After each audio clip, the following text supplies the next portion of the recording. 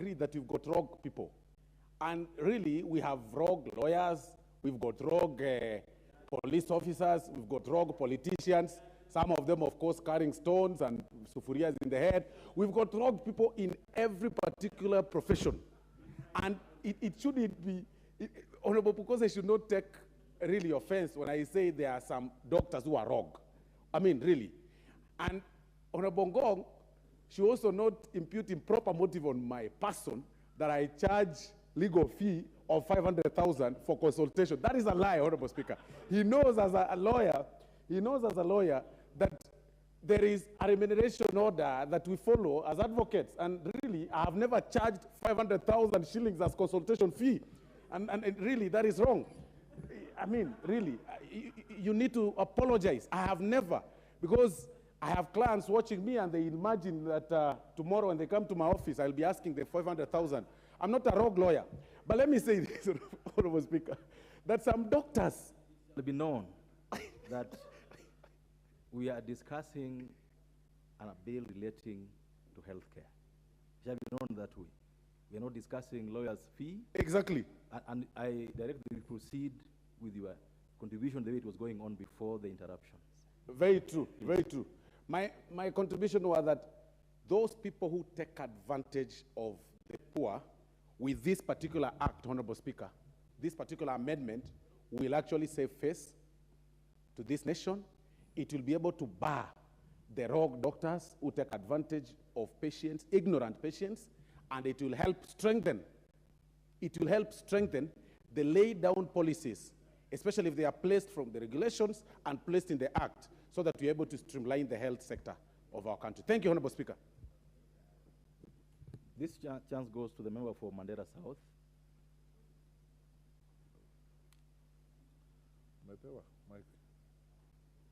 Member for Mandera South. This is the first on the list here.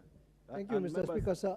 And members, I will not encourage members carrying their hands up. I have a list here, I have a board here that I'll follow. So don't carry your hands up, don't come to me. Let's just follow what is here so that everyone gets a chance to contribute. Go ahead, member for Mandera South. Thank you. Thank you, Mr. Speaker, sir. I stand to support the bill proposed, the amendment bill proposed by Honorable Didmas Baraza. I think it is a good amendment. If there were regulations which were existing before, like it has been argued in this House, I think sensitization about those regulations and how they operate have not been known to many Kenyans, especially those Kenyans in the rural areas. And I think an amendment to introduce an amendment like the one proposed by Honorable Didmas Baraza to introduce a clause or a section that will require the Cabinet Secretary for Health to enact, or rather to come up with a regulation for referrals both internally and outside the country is a very welcome thing, because healthcare has been a very expensive venture for many Kenyans. And we always say Kenyans are just one hospital admission away from poverty. And we know these issues of referrals have been abused in the past. And I think this is this amendment, according to me, is not an assessment, is not an amendment that comes to reinvent the wheel, but it is an amendment that will help us reflect on what already exists, because there is reference to the idea of bringing together all the stakeholders to discuss on how efficient and how effective these referrals can be made both inside the country and outside the country. So this is an opportunity for us to reflect on what has been existing and see how we can cure the problems that we've been having with the existing regulations, if they exist. And therefore, I think it's not a good idea for this amendment bill to be killed at this stage by the recommendation given by the Health Departmental Committee. I think this bill should go ahead, and Honorable Didmas Baraza should be given the opportunity to execute this bill to the fullest, and I stand to support that. Thank you. Thank you. Member for Western Gishu. Thank you, Honorable Speaker, for the opportunity for me to be able to lend my voice to this particular debate. Actually, this is the most interesting debate I've had since I came to Parliament. This is really what we are supposed to be doing. Even though we don't agree with each other, the fact that we are interrogating laws that will affect Kenyans is what we are hired by the Kenyan people to do. My reading of Section 79 is that it already provides for referrals. Not in great detail, but loosely. And that is not a bad thing. Over-regulation is the danger that we are going to face should this amendment brought in be approved by this House. When you over-regulate, then you run into the danger of some bureaucratic process getting involved in critical life and death or health decisions of individuals. Already, we have the Ministry of Health historically has even problems of transferring medicines from the central government down to the county levels or the village dispensaries. Now you're giving them an extra task, an extra bureaucracy, that they will now make rules and decide how you decide to seek medical attention. I can tell you, if you allow those regulations to be made, what's going to happen is several people will die while they are seeking for medical help. Just getting someone to see a doctor in a public hospital, or even to get to a theater in a public hospital, is a nightmare already. Now you're telling me they will be deciding who travels to whichever country to seek medical attention. They are not capable or do not have the bureaucratic machinery to do that to that detail. I would hate to think that today people go and seek for treatment overseas. Why? We lack the technology or the know-how or cheaply available treatments in the country. That's why people seek medical attention abroad. The decision on what kind of medical attention I would like to have is between me and my doctor. And if my doctor does something wrong, there is a medical practitioners board that can discipline that individual doctor. We do not need the ministry managing them. And if, as proposed by Honorable Didmas Baraza, there is a need to rein in rogue doctors who are referring people unnecessarily, that can be dealt with by the Doctors Medical Practitioner and Medical Practitioners Board. It doesn't have to, because that's a problem of an individual doctor. It is not a national problem. We cannot get national policy solutions for individual and professional individuals. That is the wrong way to go. Then in that case, we will now begin to say that okay, you can have your point. Informed by the Honorable Soro? No, I doubt there is anything he can inform me. I was actually his law teacher, so I doubt that he can have any superior knowledge that whatever he knows, I taught him. Whatever he doesn't know, I plan to teach him. So we will continue with the lesson. Yes, so that is the challenge. Yes, there is challenges of rogue doctors. There is challenges of unnecessary referrals, we agree. But trying to get another bureaucratic machinery to regulate it is even getting us into even deeper problems, because they do not have the capacity. You can't tell me they'll start supervising which doctors 50 million Kenyans go to when they can't even give them access to medical care as we speak today. Let us not put more burden on that ministry. And for that reason, I support the decision by the committee. Thank you. Said, Member for Funyula. Honorable Speaker, thank you for giving me an opportunity to comment on the Health Amendment Bill number 20 of 2022. Honorable Speaker, the cardinal role of a legislator is to pass laws. So from a policy point of view, from a practice point of view, we should allow any legislative proposal, as so far as it's constitutional, does not in any way infringe on the current legislation, is within public policy, and is a well-researched and thought-out legislative proposal to go the long way to the far end. So in this regard, Honorable Speaker, on the other side, Honorable Speaker, we are at a dilemma as Kenyans and as people, the fear of overregulation. Honorable Speaker, looking at the provisions in which our honorable colleague intends to amend, that's Section 79A, brings to fore into a very subtle debate that seems to have not been settled in this country and probably elsewhere. What comes first? Is it policy, framework? Is it legislation or subsidiary regulations? Honorable Speaker, I would imagine that within the infrastructure, the fraternity of the medical field, there are very clear policy regulations concerning treatment, referral, all those kind of process up to the far end.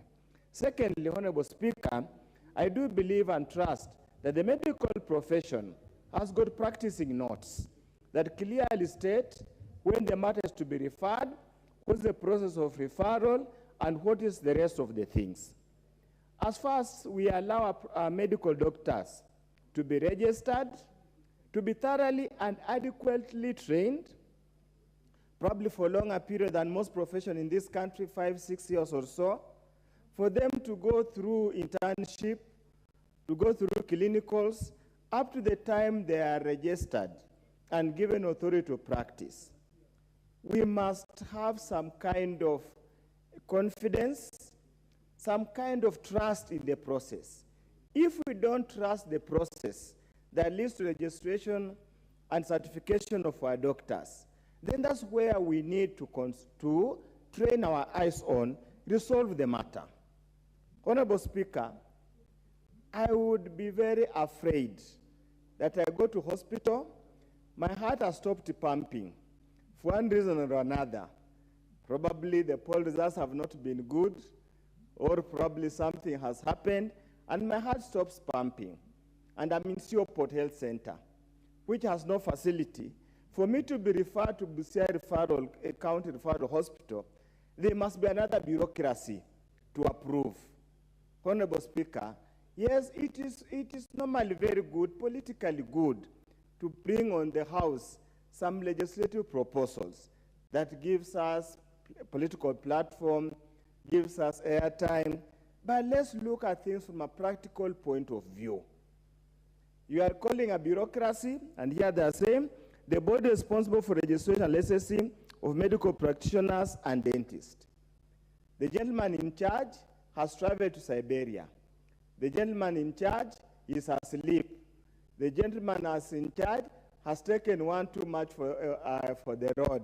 He's unable to make rational decisions. What happens, Honorable Speaker? We need to be very, very careful. In any case, we are going to a regime where we need to have less regulations and allow the professionals take professional decisions, and they are taken accountable, they're held accountable. All these doctors, Honorable Speaker, are registered by their professional bodies. So they have a duty of care to the patients, the stakeholders, so-called stakeholder. I don't know where stakeholders get involved in my personal medical problem. Secondly, Honorable Speaker, even the most telling, Part B of 2B, talks about National Hospital Insurance Fund. Does this now therefore mean those who are not members of NHIF and are going to fund for their own medical bills, they have separate medical cover, medical scheme? What happens to them? When you are legislating, Honorable Speaker, there is a principle that you must legislate for the entire people who are the entire country, not only seek a subset of a particular people. Honorable Speaker, naturally, the minister or the CISI in charge of health would pass regulations, policy statements, and consultation in pursuant to Section 79.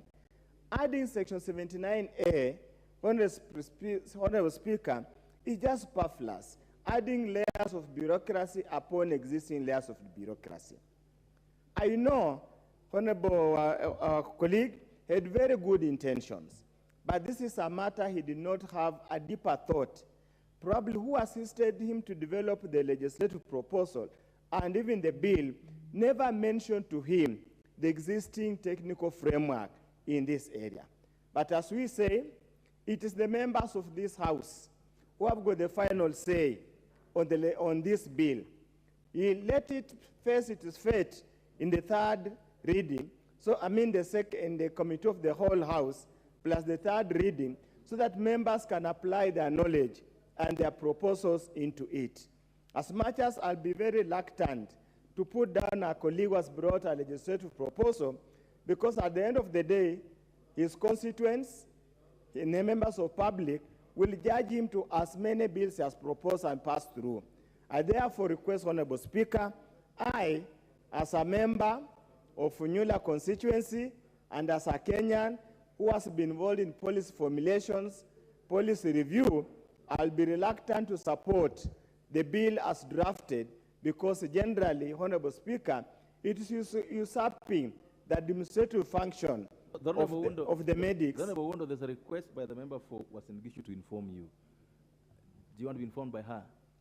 With due respect, yes, for her, I will allow her to inform me, probably on matters of law and the rest of the issue. If it isn't, then I will respectfully decline to be informed. But being however, she was my chair, and she's a deputy speaker, allow her to inform me. Yeah, you have to inform her, inform him in a minute because you contributed already, just information. Yes, thank you, Honorable Speaker. I think the point of information here is that Parliament does not legislate in futility. Should even this amendment be approved, the problem is what people will do is simply fly to India as a visitor and then go and seek medical treatment. Then the whole process of referral will fall apart. So it is not capable of implementation. So on that reason alone, then it is not something that we should even be looking into. Thank you, Honorable. There for you, Honorable Wondo. I think you're winding up. Thank you for information. Honorable Speaker, I'm just being polite and sympathetic to the promoter of the bill. Obviously, being a young man, where we come from in our community, you don't put down a young man with harsh words. You allow him to ventilate and talk his heart out. Then we, the elders, sit down and say, young man, you have spoken very well, but this might work or might not work. You need to modify it in one way or another. I would suggest, Honorable Speaker, the Honorable Member, through probably the Committee of Health, probably impresses upon the minister to have, and probably the medical body, to clarify on the practicing notes of the medical fraternity on the best way to actualize this process instead of bring another unnecessary layer of bureaucracy.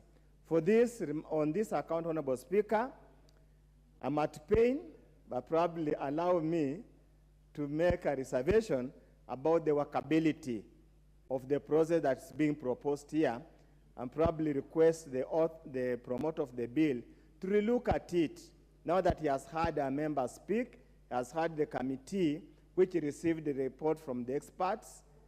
Let him consider those issues as he rethinks through, so that, as the Honorable Deputy Speaker said, we don't legislate in futility.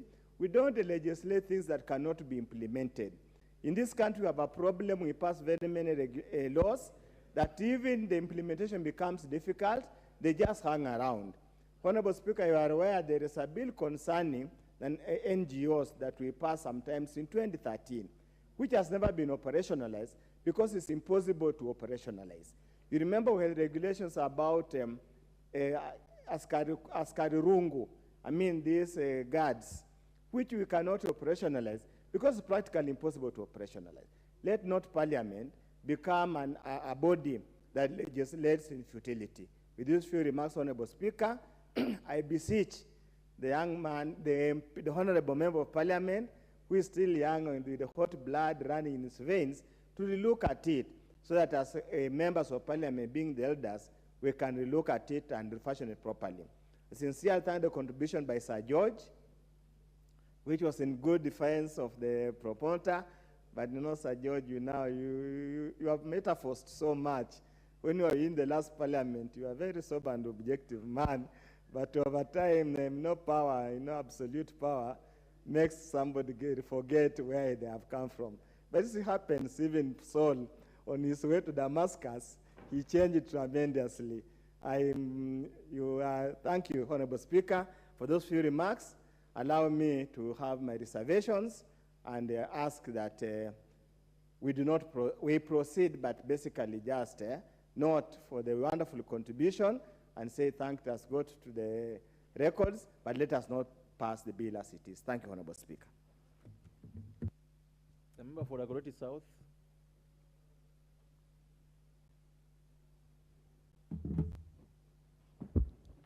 Thank you, Mr. Speaker, Dagoretti North.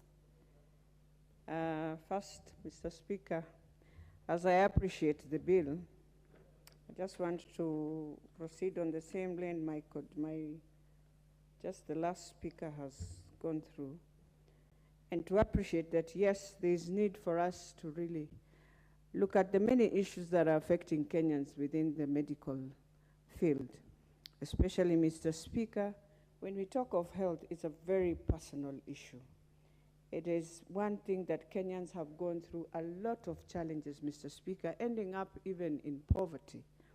And Mr. Speaker, if we really want to enrich within this amendment, then we need to really restructure it and see a better way of looking at how Kenyans are suffering and how we deal with referrals, not just by going abroad. I think the most sad part is the referrals within the country. That when you're coming from a place like, let's say, for example, you are in Gatina dispensary and you need to be in, for example, Mbagathi or Kenyatta National Hospital. That referral itself is the most fortunate that when you arrive, it depends on, at the arrival, if you get a good nurse who will understand, then they will put you through. If you don't, so in our amendment, what we should be talking is not how even the referrals are done by doctors. It is whether from a dispensary, indeed they've referred me and I'm allowed to arrive at Kenyatta National Hospital and be given be treated, or even just being admitted in that hospital after I have been referred. And so, Mr. Speaker, even as we speak about, one thing I would not want us to really, and I will beg even the promoter of the bill, is that when you give now the Ministry of Health to be the ones to decide how people will travel even out of the country, you will have finished Kenyans, because even us here, you as a member of Parliament, many of your people have traveled, you just hear them, they've already arrived, because it's a very personal thing. Families contribute. What we should be talking about is how we look at even just the cost.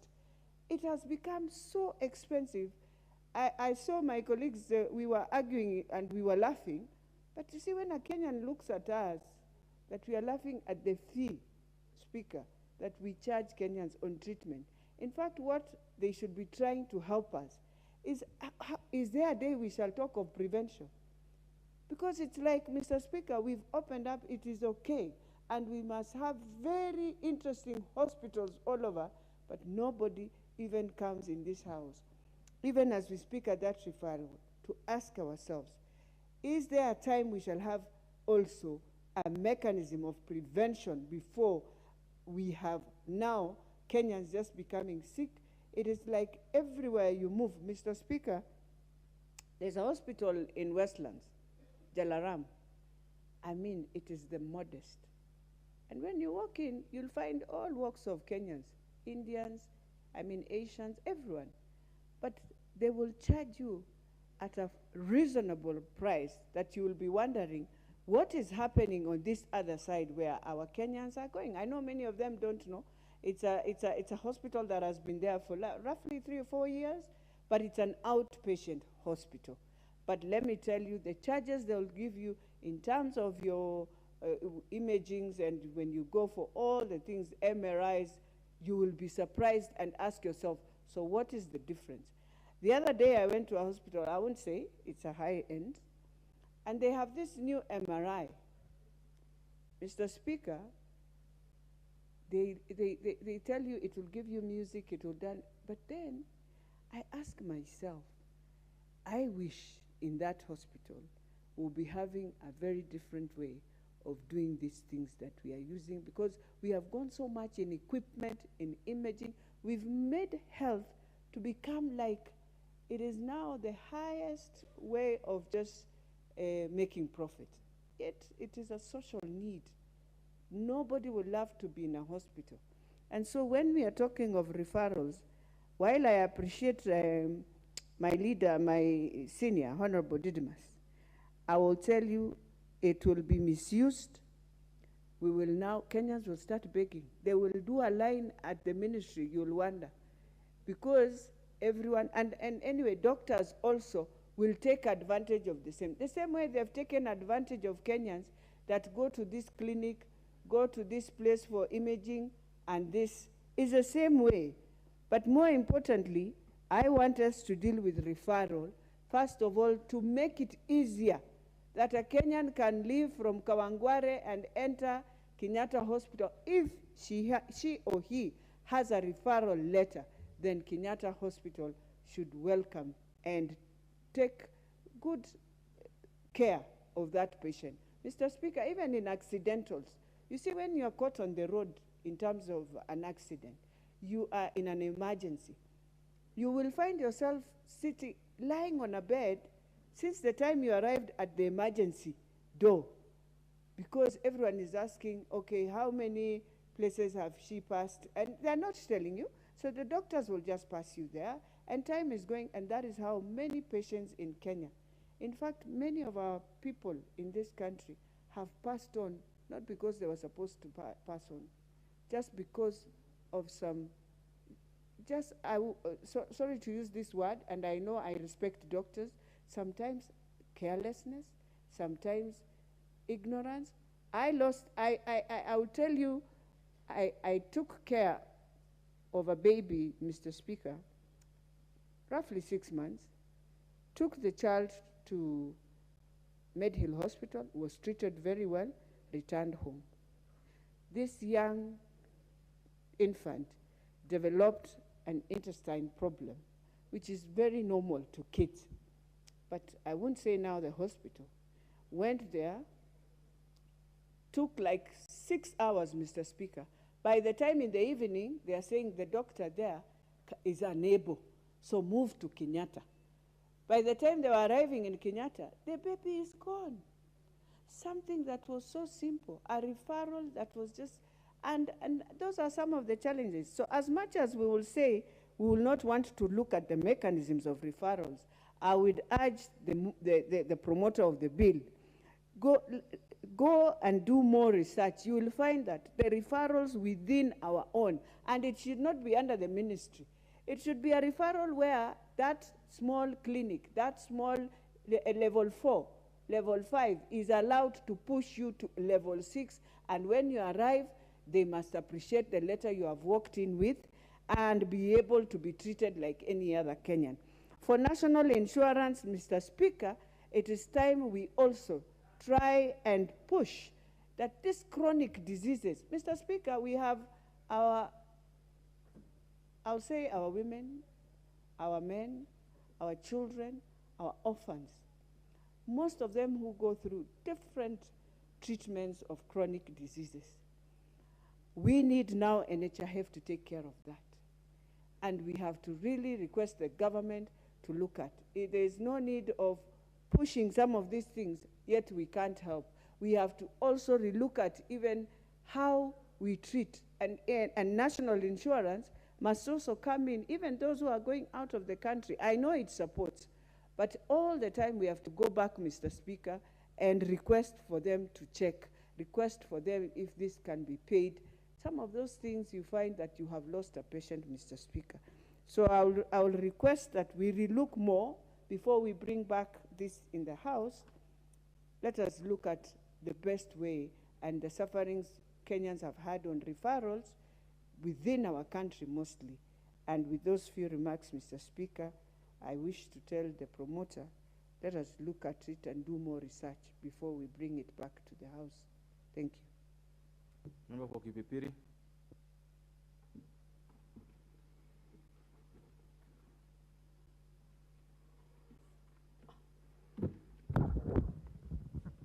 Thank you, Honorable Speaker, for giving me the opportunity to say something on this bill, which, Honorable Speaker, when you listen to all of us who are speaking, somehow one may get lost. Honorable Speaker, any bill, any motion, or any indication of any legislation, when it is being drafted, the drafter must be having some ideas to table. And as such, I want to believe the drafter of this amendment obviously had good intention. And what we should do is to look at this amendment in depth, other than condemning it, and we find what is that good intention that they move ahead and build on it. Honorable Speaker, first, we have raw professionals in all cadre, be it in legal, be it in the churches. We just recently had the Shakahola haulers, be it a politician or every other avenue. And I think, or I feel, this is the sole reason why the mover of this bill was making this amendment, to try to regulate, because time and again we have seen, particularly doctors who own hospitals, who own pharmacies, do refer patients to their premises or their hospitals. And Honorable Speaker, when I look at this amendment and I read the Article 79, there are two different issues. First, the Article 79, which is being amended, it is speaking of the National Government Department of Health shall develop policy guidelines for referral mechanism, a system of referral for practitioners of, let's underline there, of traditional and alternative medicine. So, Honorable Speaker, when members say that this is already catered for, this regulation is already there, I oppose very strongly. Because this Article 79 is clearly saying the National Government Department of Health shall do these guidelines to practitioners of the traditional. So it is not provided for the practitioners on medical health. That is one. Two, Honorable Speaker, when we look at referrals, and I happen to have been a victim in one way or another, and Honorable Speaker, I wouldn't mind to say this on this floor, that one time I was expectant and I visited my gyno, and because he was having his business privately, and I was seeing him privately, and he was the head of Kiambu District Hospital by then, which is one of the biggest referral today in Kiambu, he referred me under his care to Kiambu because I had a good insurance package. And when he took me to theater, the following morning he woke, he told me, I'm sorry, this scan was not clear as we had expected. So we are just sorry. That time I had already gone through the theater. So I want us to take this matter very seriously, Honorable Speaker, as honorable members who are here to protect the vulnerable Wanjikos, the vulnerable Ochieng, the vulnerable people in Kenya who cannot come to this house and seek or guide the government on how they should be taken care of. Maybe when we think of referrals, we are missing the point when we say that we are going to bring a bureaucracy. I do not think that is the intention at all. I think here we are first tasking the cabinet secretary, because the original Article 79 is speaking of national government, the Department of Health. That, to me, is vague. When we speak of cabinet secretary, he is solely responsible. Again, we are missing the point, Honorable Speaker, when we say we create bureaucracy when someone is dying and we need authority. I don't think that this amendment is speaking of authority to be given. I think it wants to regulate how referrals will be done. For instance, Honorable Speaker, even if we are not debating on the cost, but we cannot avoid, if a patient in Orkarao who could have been referred to JM Hospital in Orkarao is referred maybe to MP Shah, where consultation fee is so huge, and the background of this patient cannot even go to half of what the patient can afford. I think these are the regulations that the drafter means. And again, if the cabinet secretary will make these guidelines must come to the House. When they come to this House again, we shall redefine them, and we shall amend, we shall edit at the committee stage, and we shall make them what we want them to be. Honorable Speaker, on another event, I happened to be in India, and I found Kenyans being stranded because they were being referred to India for medical, and the invoices that were given while they were in Kenya, the cost was not going beyond 200,000. And the Kenyans were stranded there with bills of close to 6 million Kenya shillings, and the ambassador there in India was moving every morning to have a meeting with the management of the hospital to release our people. So I do not see any problem when this regulation can be even tasking our embassies outside to be even taking care of the patient who plan to travel for medical overseas. I think any regulation is free at will, and I don't think that if I can afford to go to India or abroad for medical, then I must pass to the embassy if I do not want. But overall, it should be indicated in black and white that it is the mandate of the embassy to take care of those who seek information. So over and above, Honorable Speaker, I would say we don't kill this amendment here. We analyze it, we enrich it only for the benefit of Wanjiko. With that, I oppose the report of the committee, and I support this amendment, and I hope the honorable members will be able to make even more fundamental amendments during the third reading. Thank you, Honorable Speaker. Member for Nyeri Town. Thank you, Mr. Speaker. Mr. Speaker, I'm a member of the Health Committee. And while I congratulate my senior, Honorable Didmas, on the thought behind this amendment motion, I want to highlight two things. Number one, the introduction of the NHIF into decision-making in the referral system is not desirable. Today, NHIF, after collecting money from Kenyans, then goes ahead and accredits health facilities where the members seek services. You go to the same health facility that is accredited by NHIF and that you are designated to obtain your primary health services. And you find in that facility, the only guarantee you have is a prescription. Either to go to a pharmacy, go to a medical lab, or go to an imaging center.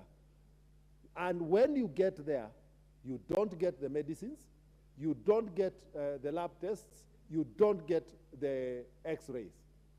If NHIF cannot be able to assure about the quality of services in institutions that are in this country, what capacity does it have outside our country? So already we are giving a weak institution a responsibility over a service that a delay of a single day could have life-changing effects. At the same time, we have to sympathize with the Kenyans who, after entering the clinic of a medical service provider are literally held captive there until the disease has progressed to the point of causing lifelong disabilities and effects on their health, permanent effects on their health, before they are released and referred to higher level facilities or personnel of service provision. And that, to me, is where this bill should be taking us. The organization of our health systems should come into focus, because we start from a level 1 who is a community health volunteer who is not even on pay, to level 2, which is a dispensary most likely managed or run by an enrolled community health nurse. Then to a health center where we'll be lucky to find a clinical officer who has a higher national diploma. Then to the level 4, which was supposed to be a sub-district hospital, where we will have an MO. Then to the level 5, where we are supposed to find a registrar. And therefore you find that in that continuum, in every facility there is a delay, there is a time lag, whereas the disease is progressing, the damage continues to get done. If that is where we are going, then we need to look at exactly where to vest that power. The internal referrals within our country and the referrals outside the country. If this bill was asking the Ministry of Health to liaise with our missions abroad so that we can have the specialist hospitals available at the click of a button for my mother in the village in case she needs a referral, then I would be supporting this bill. However, today, the introduction of another desk at the Ministry of Health, which we all know we refer to as Mafia House, we are just adding, putting our people in the hands of the mafia at Mafia House. These people ran our country down in the face of our people dying from COVID. It is therefore. Member for Naivasha, what's out of order? Is Honorable Madenge in order to call Afia House Mafia House? What does he exactly mean? Honorable Madenge, go and explain to the member for Naivasha what Mafia House means. Thank you, Mr. Speaker. I was an employee as a very young man, having graduated from the Kenya Medical Training Center. At the age of 20 years, I was an employee of the Ministry of Health. I had a personal number at the Ministry of Health. This ministry, for me to get my first salary, I had to bribe somebody, or I would wait for more than a year. For me to get I left public service without being promoted, despite serving for 5 years, while I was supposed to have been automatically promoted after 3 years. The stories of what happens at Afia House, and that is why the health sector employees refer to Afia House as Mafia House. Mr. Speaker, now you know. NHIF today is paying a provider for rescue services, ambulance services, based on the total number of subscribers, membership of NHIF, instead of the number who have benefited from this service. It therefore means where there is need to sort out our referral system, this bill does not go far enough in sorting the real issues. However, it is an issue that as legislators we have to grapple with. So, Mr. Speaker, as a member of the Health Committee, I start by the decision of our committee to oppose this bill in its present format. Thank you, Mr. Speaker. Thank you, Member for Achuanyo. Mr. Achuanyo.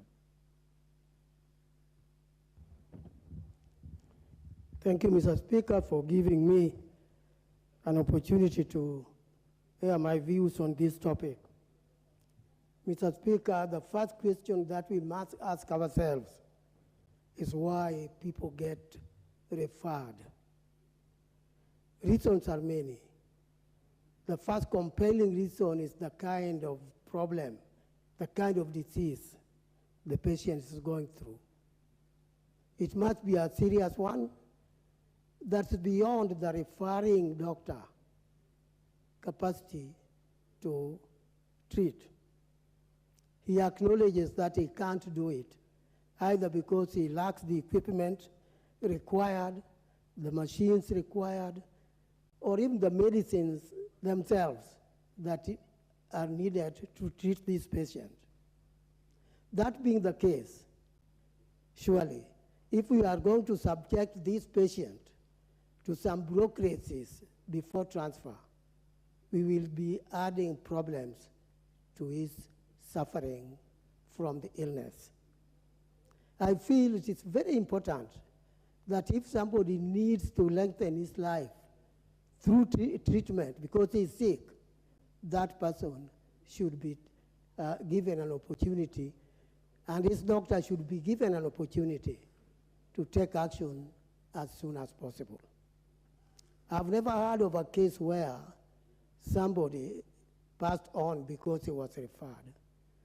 But I know of cases where some people leave this world because they were not given proper medical attention because the treating institution didn't have the capacity. Reasons are there for transfer. Unless this amendment is going to improve the treatment on the patient in terms of the quality and in terms of the time, Mr. Speaker, I won't support this bill. But if it can prove that the patient is going to benefit from this amendment, I would say it is okay. From what it looks like, we are trying to inject some political consideration in the existing bill before amendment in order that we can really control how things are happening. If a patient is sick and is to be taken to India, then you want to go through all the bureaucracies which may be on the way. We will be adding to the problems of this patient, and he might even say kwaheri to us when the death would have been prevented. Mr. Speaker, we all know what happens even locally. Some patients have died because of no quick action. And he dies before he even sees a doctor. There are cases when, quite like yesterday, action is required urgently. I am aware that referrals have been done just because you know where the patient is not getting a good treatment. You, as the relative of the person, you know it, that that particular place is not good enough. Now, if you feel concerned that this patient must be taken to an hospital where treatment can be better, surely bureaucracy should not come on your way. Mr. Speaker, this is a bill that is dealing with human life. We should treat it as a bill dealing with human life. And anything dealing with human life must be given the best consideration and the quickest consideration. we must know that a patient needs action and timely action, plus medicine and relevant kind of medicine. Treatment that can be quick and positive against the progress of the disease the patient is suffering from. If this bill can support what I'm saying, and it can support the patient and get him treatment quickly, including the patients who may need overseas treatment, if it can support that fully and give a timely action, then I would be able to support the bill. But I can see it that as we add steps to be taken before you send a patient to the place he needs for quick action, since this bill is going to be creating some steps which I don't think, administrative steps are not necessary for a patient who is in his deathbed. With these concerns, Mr. Speaker, I do say I'm uncomfortable with the bill. Thank you. Member for Narok North. Thank you, Mr. Speaker, for giving me this opportunity to add my voice to this amendment bill by Honorable Didimas Barasa. As I was sitting here, I was listening to professionals talking about health, and others even included law, which I think is not the issue. To me, the issue here is the common person that we represent in this house. And I listened to the chair, the health chair, and he said that we have a bill in place. And I don't think it is proper for us to put another bill on top of another one. But if we were told to look at the existing bill and see what is lacking so that we can put more of our needs in that bill, it would have been better for us. Yes, the problems are there. And as the speakers were speaking, our people down there are undergoing so many problems in terms of getting proper treatment and referrals to the hospitals, because the doctors, you say, refer people to where they have clinics. And even when you go to the doctor, he tells you where to buy medicine from, a chemist that will go. He even goes to an extent of telling you, if you will not rush there, by tomorrow, that medicine will not be there. How do they get to know that the medicine is only in that place? Then I want to say that what is there is a problem that we need to look at and see what is happening in that sector, because our people are not getting proper medication and our people are not really getting treatment at the right time when they need it. So to me, I think the policy that is already there is enough. What we need to do is just to ask the mover to go and relook again into what the amendments he wants to make, so that we can strengthen what is there. And the strength we need here is on the treatment and the medicine for our people, not on the policy, because already the policy is there. What we need to discuss is how best our people can get proper medication. Our people can get proper referrals where people have no interest. Because the reality is we are undergoing a lot of problems in terms of getting referrals and treatment for our people. I even got to an extent of thinking that we were not right to have really taken health to the county governments. Because county governments looks like they are not ready. And the county governments have are not even taking care of our people down there, other than then strengthening the health facilities that are existing as referrals. They are now promoting their own. And by so doing, our people are getting more confused. So to me, I think the policy that is there is enough.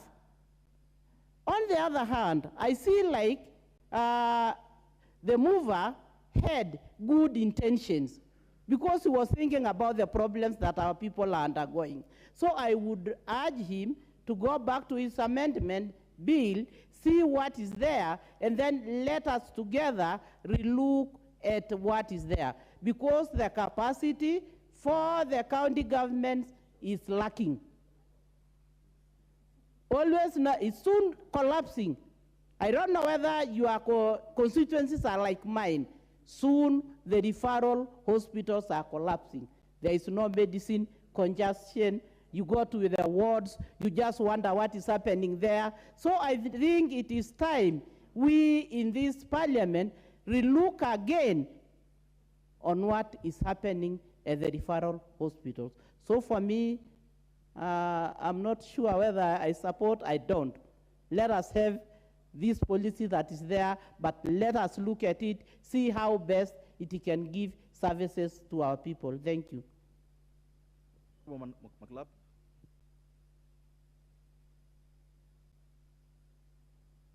Thank you, Mr. Speaker.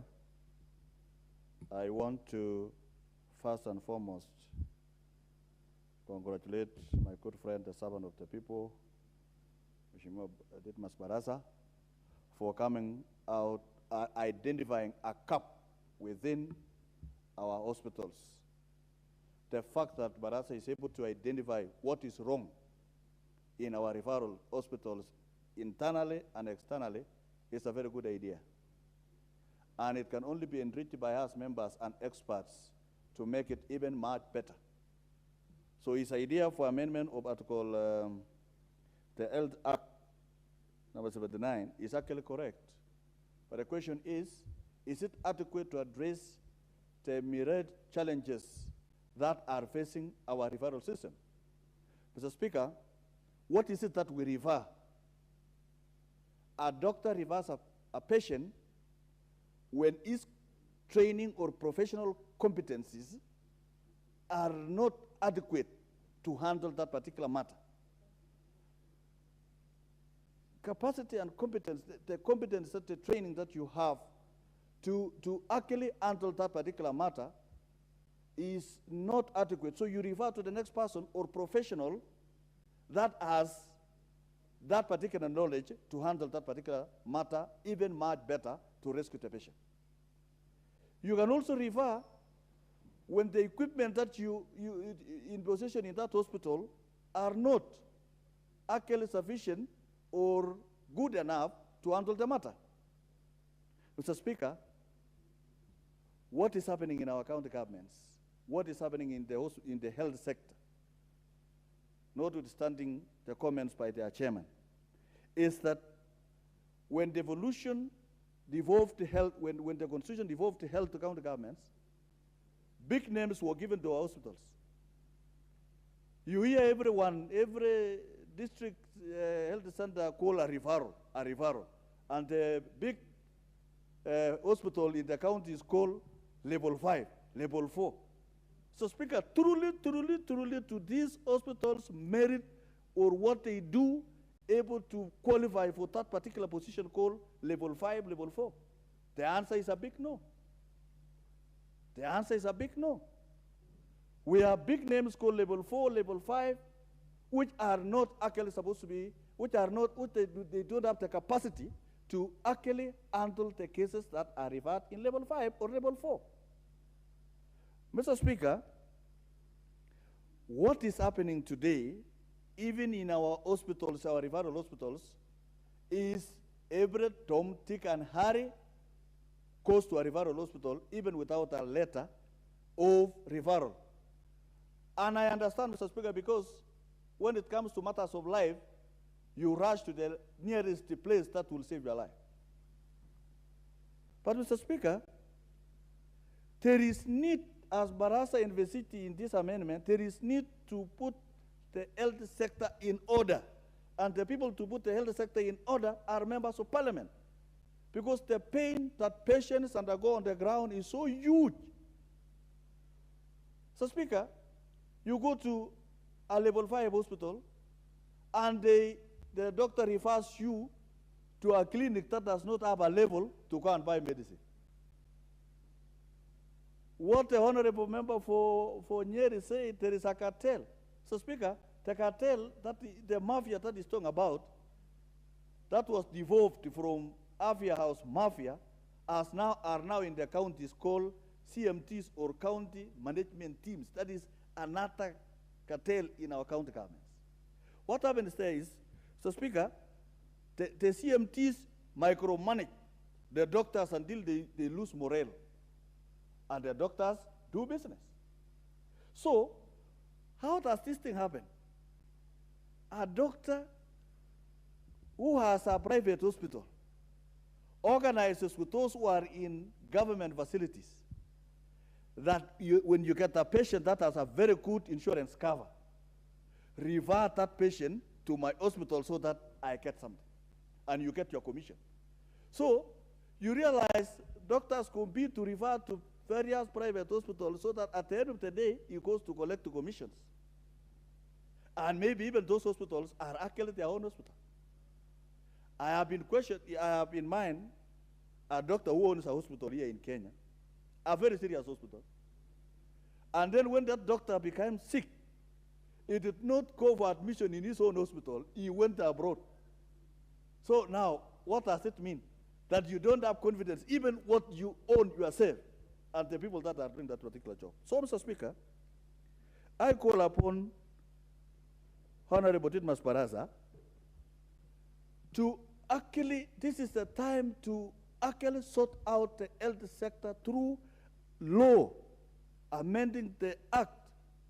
In fact, Mr. Speaker, I encourage my brother Ditmas Baraza to even bring an amendment to bring back the health workers to the national government. The nurses, the clinical officers, the doctors, let them be referred to national government just like the teachers.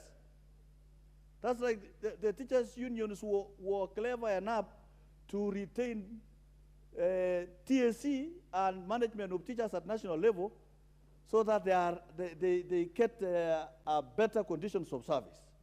Our doctors today are so demoralized in the county governments to an extent that they are not able to optimally operate in the government hospitals. Mr. Speaker, there is also a problem of external referrals. Today, there is a lot of technology. There is what is called telemedicine. You can be able to, that kind of consultation or expertise can be done in Kenyatta Hospital here and a hospital in India or America. And you can be able to get services there. So, Barasa, there is also, and all of us honorable members, that why don't we have also these investors of hospitals in India and China and Japan and Germany and London invest in Kenya through direct investment so that we go to the hospitals locally? We're able to get what is called Philippines doctors. These doctors that were brought sometime and they are here in this country. Why, as a government, as a ministry, or the president have set land for investors? I was from America and I met Kenyan doctors who are saying, keep us land, we put up a referral hospital in our counties, a private hospital. So we can also do what is called direct investment by ensuring that doctors from India, Germany, Japan, actually invest in this country in medicine, in the hospital, so that instead of us referring to those countries, let them be here in Kenya so that they are able to give us that service that we would have flown all the way to those foreign countries. Mr. Speaker, there is need at the moment to put in order this particular sector. For example, Mr. Speaker, and I want to enrich my brother's amendment, people suffering from serious diseases, chronic diseases, lifestyle diseases, like diabetes, cancer. Why don't we have tax exemption for them so that the little that they have to invest in actually securing Medicare for themselves? These are things that we can do in our country so that we have some order, and the citizens of Kenya, the poor people on the ground, will need to get the best Medicare in Kenya. Mr. Speaker, many people are suffering in rural areas. Because many county governments invested in dispensaries and health centers without providing medicine, without providing personnel. It is time the ministry order county governments and governors to stop further building of dispensaries and hospitals without equipping the first ones, without ensuring that there is personnel in the first ones. To ensure that there are experienced and qualified people on the ground so that we reduce the number of referral cases that are going to our referral hospitals like MTRH, Kenyatta Hospital, and other referral hospitals in our county government, in the headquarters of the county governments. This is the only way we can, actually, this is the only house that can put order in the health care so that we stop the cartels, we stop the corruption. Member for Kamkunji. Thank you, Mr. Speaker, for the opportunity to contribute to this particular bill.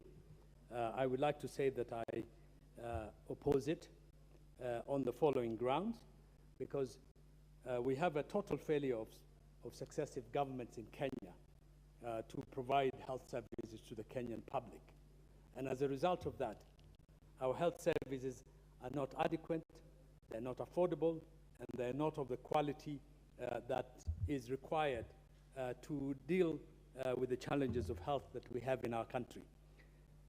Kenyans daily struggle with the poor medical services and facilities, exorbitant medical charges and costs. And that is the problem that is sending thousands of Kenyans to their early deaths. And I think that is the crisis that we have.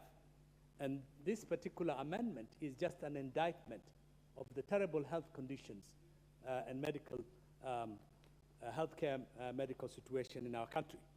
And this is a well-meaning amendment from our honorable member, Didymus Baraza. But it is a problem that you cannot sort by legislation.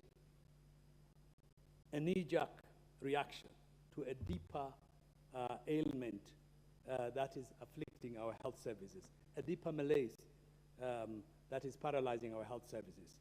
And I think to a certain extent, some of the things that he suggests here could be done by the Ministry of Health. Create regulations, for example, policy regulations for internal referrals. They can do that without a legislation. We can't legislate everything. But I'm surprised that he includes external referrals. And I wonder under what legislation, under what international agreement that we as a government can do to regulate referrals outside our country. I have already said that, in fact, the first problem is inadequate healthcare infrastructure. That is what we should emphasize as legislators, to provide more money so that more Kenyans can have access to basic health facilities, hospitals, clinics, and medical facilities. Insufficient funding, we need to increase our funding. And also, we also need to address the shortage of health workers, doctors, nurses, midwives. According to the World Health Organization, Kenya only provides half, or even less than half, of the required medical personnel and medical practitioners in our health service nationally. That's another issue that this House can address by providing more funding. I will also say that by passing this amendment, we're going to create a new layer of bureaucracy, another layer of corruption, which would create a cumbersome process which would slow down and cripple the normal work of medical practitioners, which then can lead to delays, bottlenecks that can make life even more difficult for the patient and their families. The bureaucracy that we are trying to put into place by making this amendment will put lives at risk and lead to the unnecessary death of many patients. And therefore, I think we should reconsider, because this particular amendment is trying to address an issue that requires a much more stronger intervention in improving our health services, in putting more money into our health services, but creating another bureaucratic layer is only going to make it more difficult in a situation of life and death. When you're taking a patient to hospital, a dear one, a loved person, you want he or her to get the best treatment that they can get. And because the public health facilities cannot cope with it, this is why we have a lot of private practices in this country. And to a certain extent in Kenya, because of misguided policies, almost all the good health services have been privatized. Ordinary poor people, rural people, the urban poor, cannot access health facilities. They cannot afford the cost of private medicine.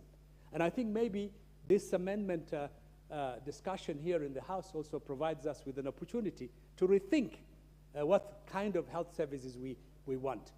Even the most advanced countries in the world have public health services that are affordable, in fact free in some situations. The British National Health Service, all the European unions have a heavily subsidized public services of good quality. And we're in a developing country with a large number of very poor people.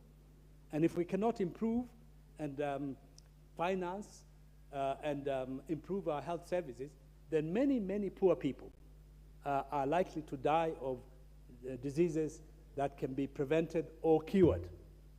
And that's why I think this amendment should jolt our minds to make sure that, in fact, we go and look at alternative ways other than regulating. You know, some of the problems that are raised by it can be cured through internal mechanism. You know, our Kenyan medical services have professionals, they have professional institutions, the practices at the universities, medical practices at the universities and medical centers can incorporate stronger ethical practices that can overcome some of the problems that we create. We have realized in bringing this particular amendment to this House. So I think to a certain extent this amendment is trying to overcome many of our national problems, and I think that is just purely firefighting. It cannot resolve the bigger problem, the mindset, the culture, and everything related to it. But the bottom line is that in Kenya, our infrastructure is not good enough, our medical services are not good enough, our health services are not financed enough. We have serious shortage of professionals, and many of our good professionals, because of poor wages, are opting to go outside the country. You see, our nurses have been recruited in foreign countries, our doctors are going to foreign countries. What we need is to give them good terms of references and good salaries so that they can stay in this country and provide the services that are required. Therefore, Mr. Speaker, I do oppose this amendment and support the decision of the Health Committee. Thank you. The member for Naivasha.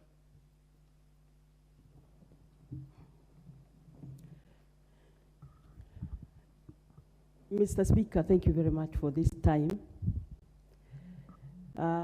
Because this amendment, when we listened initially to the experts or the committee chair, it was not clear whether we were discussing whether the bill is admissible into the House or the content of the amendment. Mr. Speaker, I believe every member of this House who comes up with a bill, and especially health, means well for this country. health sector in this country is wanting. Mr. Speaker, health being devolved also, we have a problem in giving it the attention it needs financially. We all know at some stage, if you don't have, especially members of parliament, if you don't have a message asking you to pay a bill or some death notification through a disease, Harambes is what we do. Mr. Speaker, we have not addressed the budget of health sector, and more so even to county government. So there are so many things that need to be done, and I'm sure this is what the mover of this amendment was trying to address. Sometimes it's just communication. I know I have had communication done properly from Naivasha Hospital to Kijabi. The doctor in charge would call Kijabi and tell them I'm referring this patient there. So by the time that patient gets there, there's a bed, there's a facility, because referrals are done because of incapacity, not maybe of the doctors, but maybe the equipment, the expertise that is required on a patient. The most unfortunate thing, because I just checked with Honorable Barasa, is that the Health Committee Chairman comes to the floor to reject the amendment, yet they did not call the mover to the committee. I think we need to be responsible.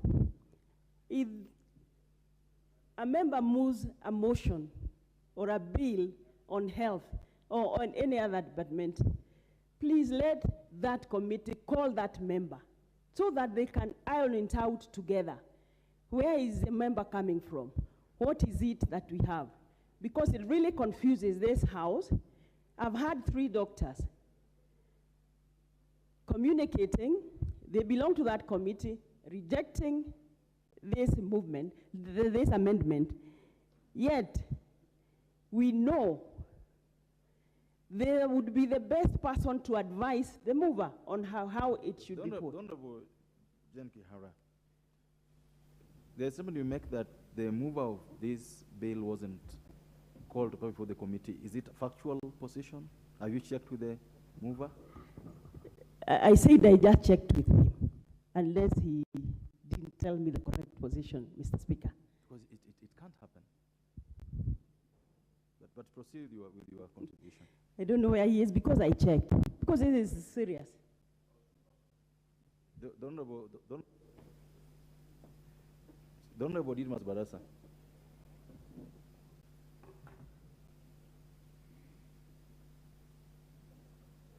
Is it true you didn't get a chance to appear before the Committee of Health on this particular bill?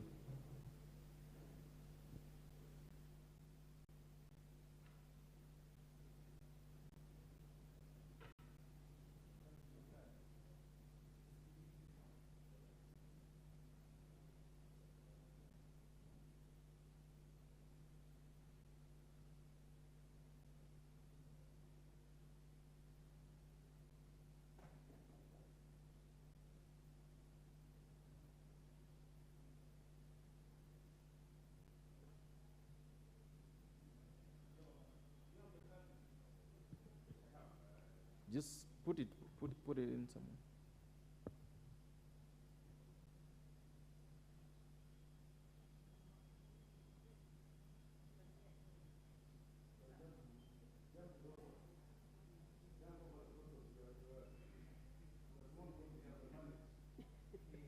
Yes, okay, go ahead. Yes, Honorable Speaker, it's very true that I never appeared before the health committee. They never invited me, Mr. Speaker. It's true. Because the position is not whether you appeared or not. The issues, were you invited to appear before the committee? Did you get any invitation? I did not get any invitation to appear before the said committee. Okay, that's well noted. Go. Thank you, Mr. Speaker. Yes, I had cleared with him because I thought this is an important amendment that should have been discussed properly with the mover. Mr. Speaker, we know this is a country of brokers at all levels. May it be land, may it be health, may it be what. So for purposes of protecting those people we represent, we need to have a good flow in medication center, referral, everywhere. Mr. Speaker, I know we have overturned a committee report in this house. So my proposal would be to let the committee of the whole house deal with the bill. Remember here we had a committee report that rejected the appointment of a CS. And when it came to the house, we overturned. Can we leave this report to the committee of the whole house when most of us understand when we are more so that it is debated properly? Mr. Speaker, health is very important. We have doctors moving out of this country, a lot of brain drain because of budgetary implications, because it looks like we have never as a country given it the necessary attention in matters funding. Thank you, Mr. Speaker.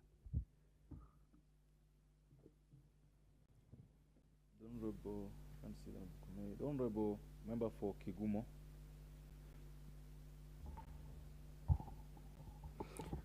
Thank you, Mr. Speaker. I'll rise to oppose the amendment to the bill.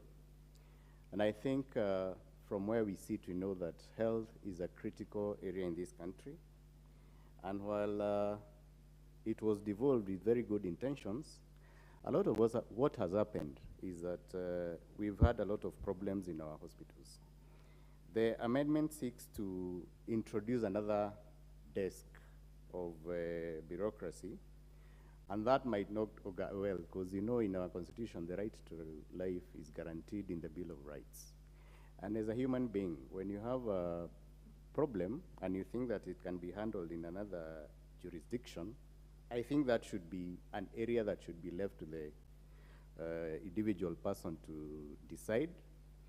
While we might agree that controlling or having reference systems of the referral system in the country is ideal, we also know how underfunded and how poor we are in stocking medicine, in having the right expertise in our hospitals and dispensaries. I come from an area where we have a lot of chronic illnesses, that is being diabetes and high blood pressure. And while a lot goes into trying to control the same, we've realized that sometimes the capacity in that hospital is not enough, and therefore the people who are suffering should be at liberty to decide whether they need to be in that dispensary or they need to go elsewhere where they can get better attention. We do know, while our training of our nurses is top-notch, because every time they go abroad, we know the countries are picking them up. We have a lot of brain drain. We have not been very good in managing the capacity that we have of our human resource. And so I would think that referrals should follow facilities, such that if we are able to equip our health facilities with good enough facilities, which include the doctors, nurses, and equipment, then we can start creating laws that decide that if you're not able to be treated in a certain facility, then you can be referred to another facility. But while we are still struggling with all manner of issues in our hospitals, creating a bureaucracy to stop people from seeking further attention elsewhere is just making a problem that is there worse. So my point is, I think we should leave, especially the outside the country, people should be left to decide where they want to be treated. If they are capable, and if they think that they are not able to get the facilities, I mean the attention they need in this country, they should be able to decide and go without having to refer to anyone, without having to create a desk where we know that we might be introducing further place for people to rent sick. Finally, Honorable Speaker, I've heard that the member has not been consulted, and I know I've sat in committees here. Anytime we are looking at an issue that needs to be, that's been raised by a member, we normally invite them and they present and they try and explain and justify where they are coming from. So I think it's a bit unfair that Honorable Didmas Baraza was not invited by the Health Committee to give his views or to explain, and it's an issue that I think needs to be looked at by the Honorable Speaker. So I stand to oppose the amendment and wish Honorable Didmas Baraza well as he continues to explore this area of health. Thank you, Honorable Speaker. Thank you. Member for Makueni.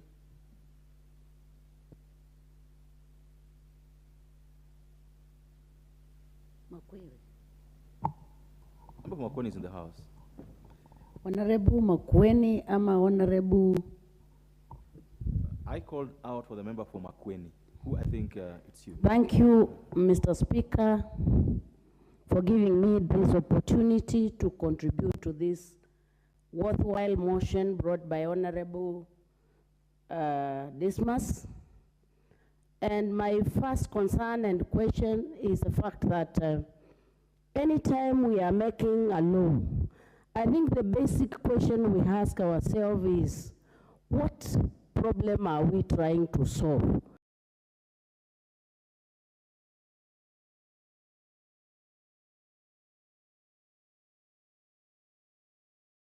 By having this law or this bill in place.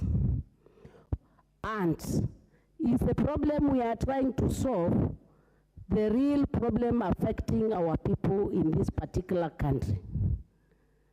Basically, as other people have actually, as other honorable members have actually contributed, we realize that the problem we have in this particular country has nothing to do with adding additional referrals, but it's a situation where our referral systems and our health systems are not working right from the health worker.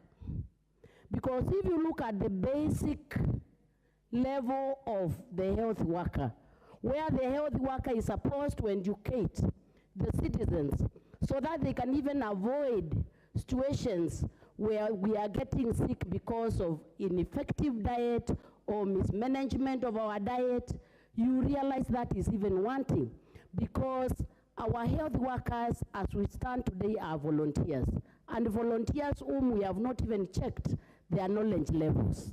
So right from the community level, we have a system that is not even working to the expected levels.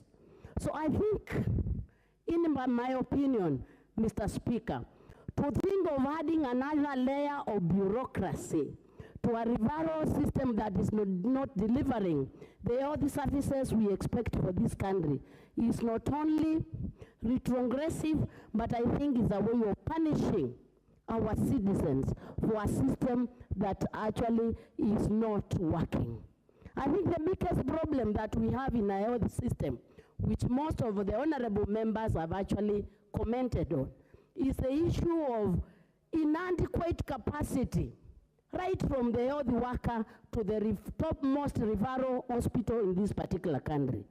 And I think it would add a lot of value, Mr. Speaker, if we spend a lot of energy on correcting what is not working, as opposed to having an additional policy that actually limits those few of us who have coins to take their people away for treatment.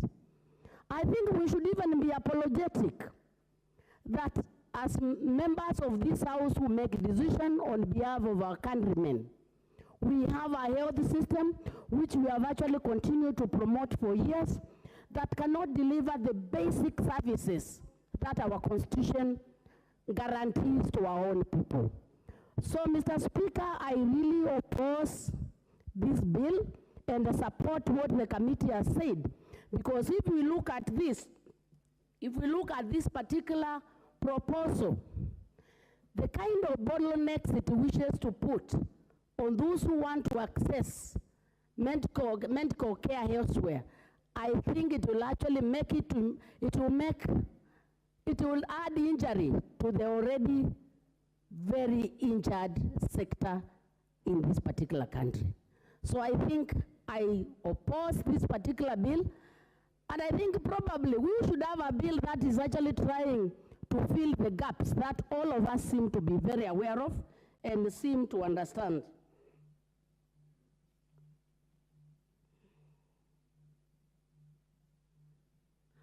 Mr. Speaker, I've heard many of our honorable members talk of the bureaucracy in the system. You realize the health system as a kind of referral that is, although many seems to say it's a lack of capacity, to me I see it as lack of commitment. Because if you look at the issues that a nurse can address at the health center, you realize that nurse will refer, not because the nurse does not have the competence to handle the issues, but serious lack of commitment. So I think, in my opinion, Mr. Speaker, I think instead of thinking of additional policies that will hinder people accessing health, we need to have a bill that will enable us reflect more on how can we strengthen this particular referral system. If it is I don't think the major issue is where you put it, whether in the county government or the national government. I think the major problem we have is when you devolve functions and you don't devolve resources adequately. When we look at the growing population in this particular country, we realize that the demand for health is very high, but when you look at the resources allocated to health, right from the healthy worker level, you realize that the resources are very inadequate. Then when you had the issue of commitment and ethics, which seem to be seriously lacking, Mr. Speaker, sir, you realize that we have a big problem, and I think this House, I would wish to encourage honorable members, we get a bill that tries to cure this problem. Because the more we sit on this House, and we don't address burning issues of health, I think it's not fair to our people. And especially so when even the national health scheme is also failing. I think this is an area that needs a lot of surgery, and I think it needs quite a lot of reflection. So with those few remarks, Mr. Speaker, I oppose this amendment with all regards. Thank you. The member for Kisumu East.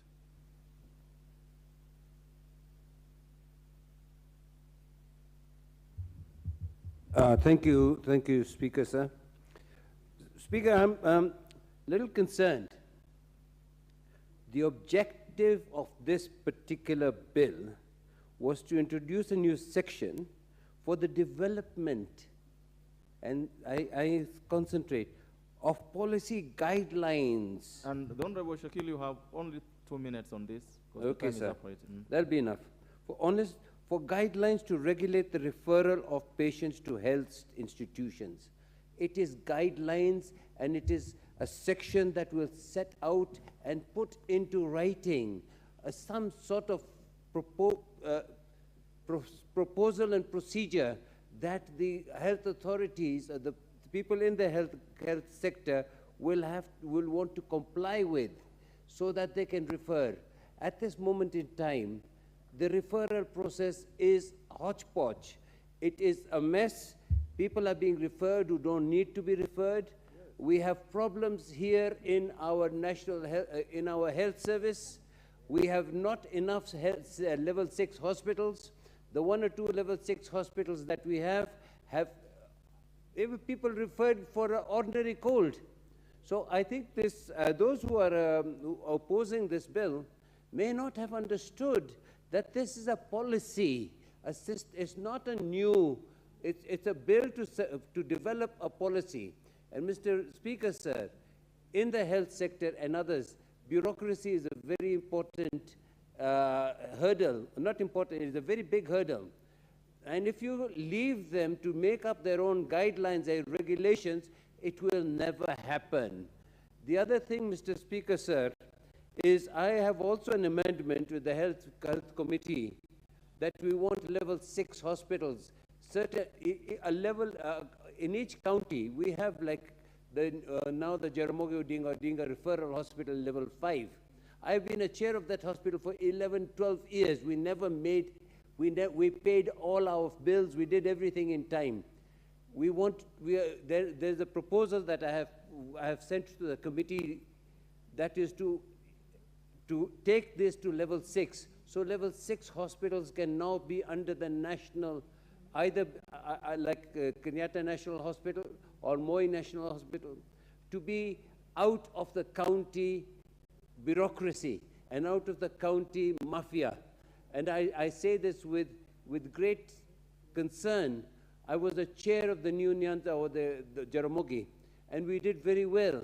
But unfortunately, at this moment in time, we have people who are sitting in a CEC Health, etc., who have come up with mafias. We cannot even have drugs. We do not pay. So I think there are certain levels of hospital, like referral hospitals, level 6. Let them now, the proposal I had is the issue of decentralizing health at all levels to county was probably not the wisest thing to do. We want the level 6 hospitals to come back. So, Mr. Speaker, sir, I strongly support this bill, and I feel that those who have opposed it perhaps did not understand or did not wish to look at this thing very carefully. It is the development of policy guidelines to regulate referral of patients to health institutions. Thank you so much. Honorable members, debate on this bill is done. The time allocated for it has just lapsed. I've acceded to the member who moved the bill's request to reply the next time this bill is called out, and therefore the more reply to this bill next time the bill is listed in the order paper. Next order. Order number 13, motion, development of a policy and funding for junior secondary schools.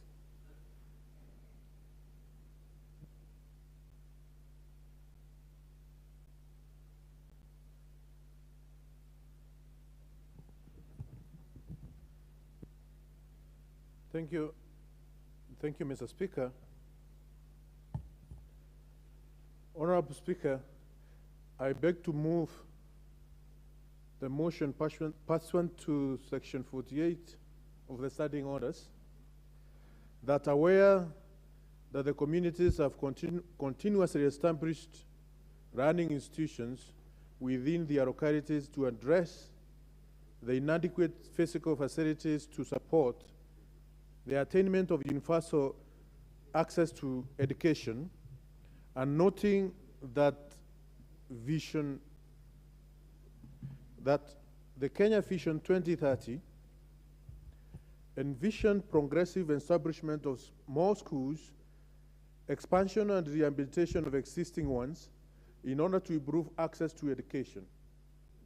Further noting that huge sums of funds, particularly under the National Government Constituency Development Fund, have been invested in improving infrastructure in primary schools, acknowledging that in the recently introduced competence-based curriculum education system, pupils will transit to grade 6, at grade 6 to grade 7, and not class 8 as it was the case under 844 system. Concerned that the arrangement would compel students to travel for long distances to access institutions where junior secondary schools are based. Further concerned that the guidelines recently issued by the government directed that junior secondary schools be domiciled in the existing primary schools Yet most primary schools lack capacity to accommodate and effectively offer junior secondary schools curriculum.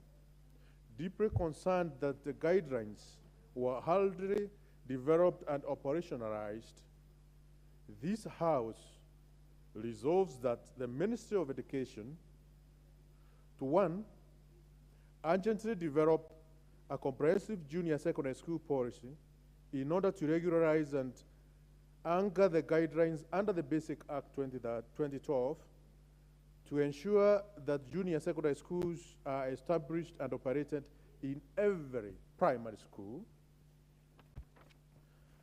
Two, develop a clear implementation framework for the competence-based curriculum and junior secondary school.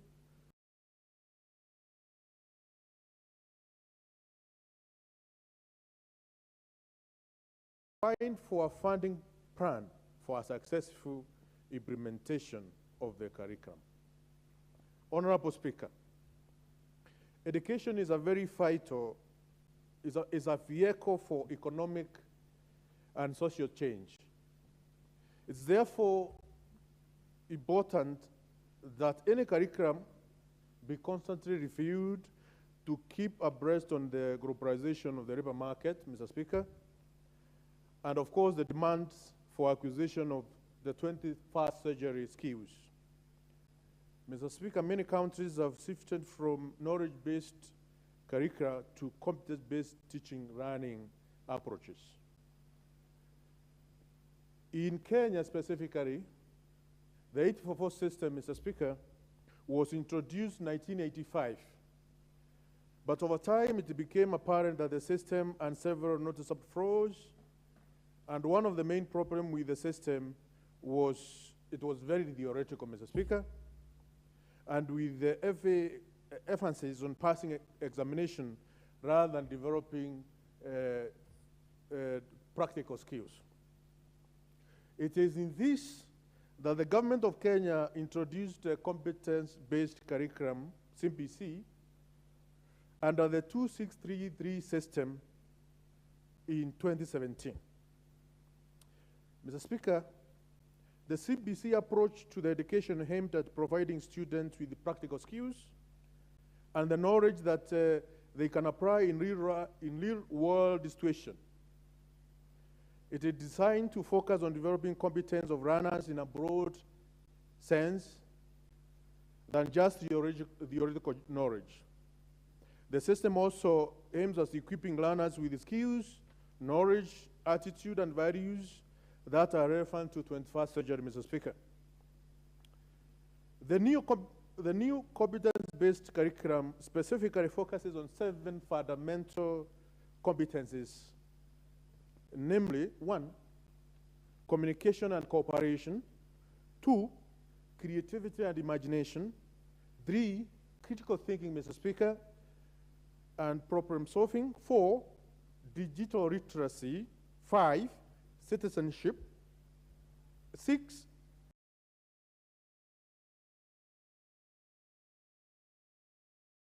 and 7, self-efficacy.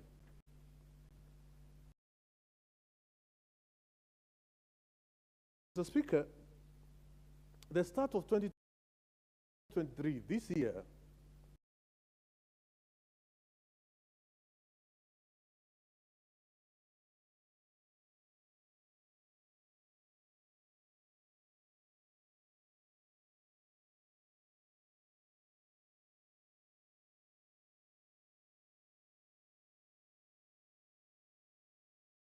in Kenya, it did mark a very important occasion with the first cohort of CBC runners to adopt the new curriculum in 2017, entering junior secondary school at grade 7. The implementation, however, has been met by a number of challenges, Mr. Speaker, and it is important we give a critical look into some of these challenges.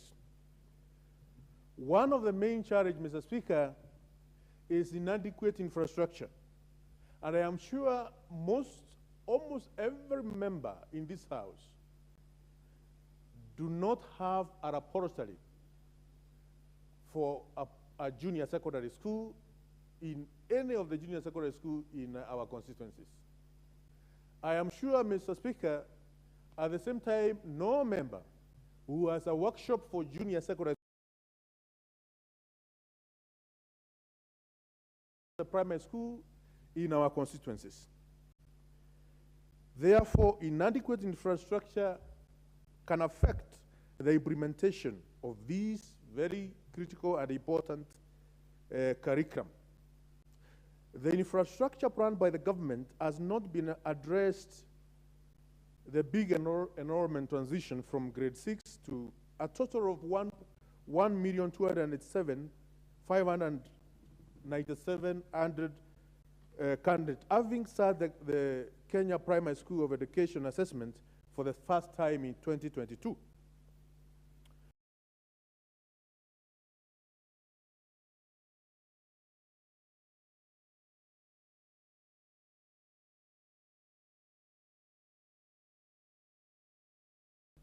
Are expected to join junior secondary school, but they have been faced with insufficiency of classrooms, laboratories, stationaries, workshops, and library needed for the use of runners. This can limit the ability to run and experiment, which can affect their academic performance adversely, Mr. Speaker.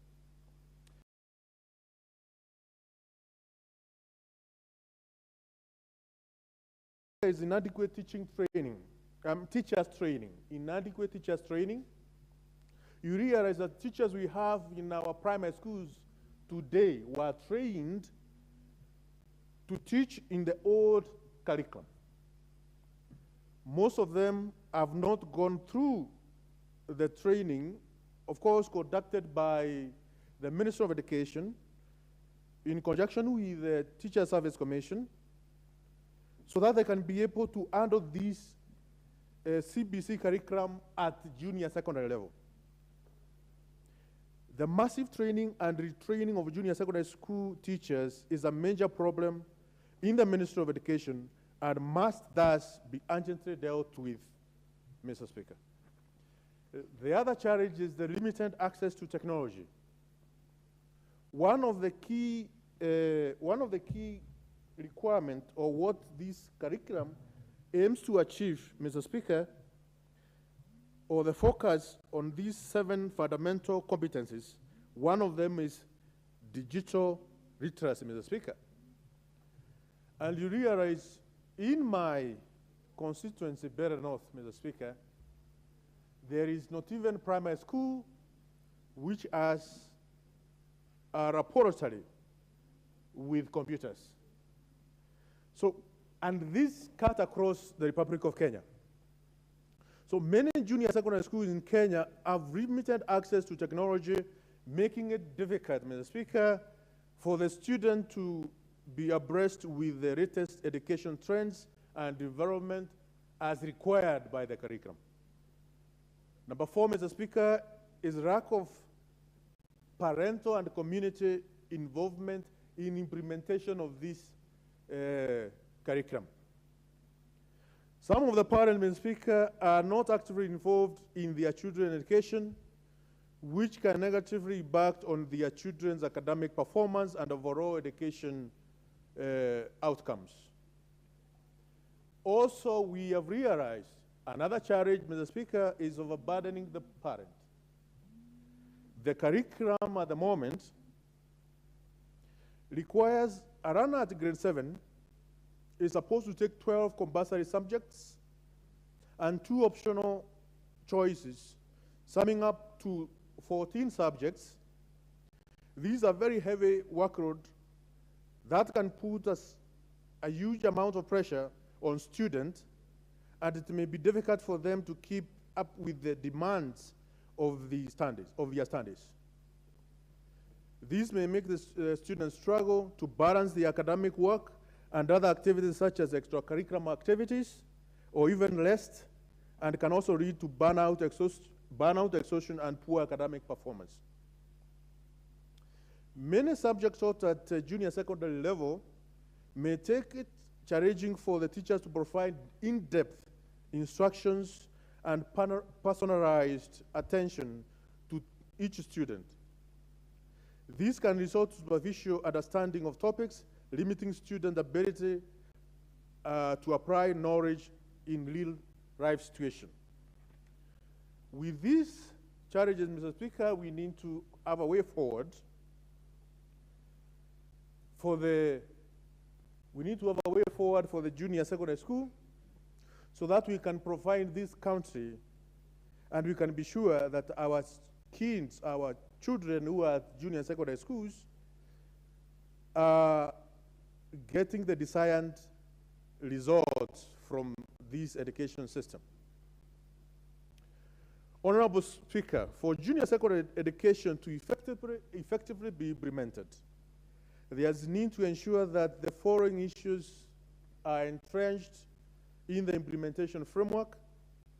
One is curriculum development, which, of course, Kenya Institute of Curriculum Development should be highly involved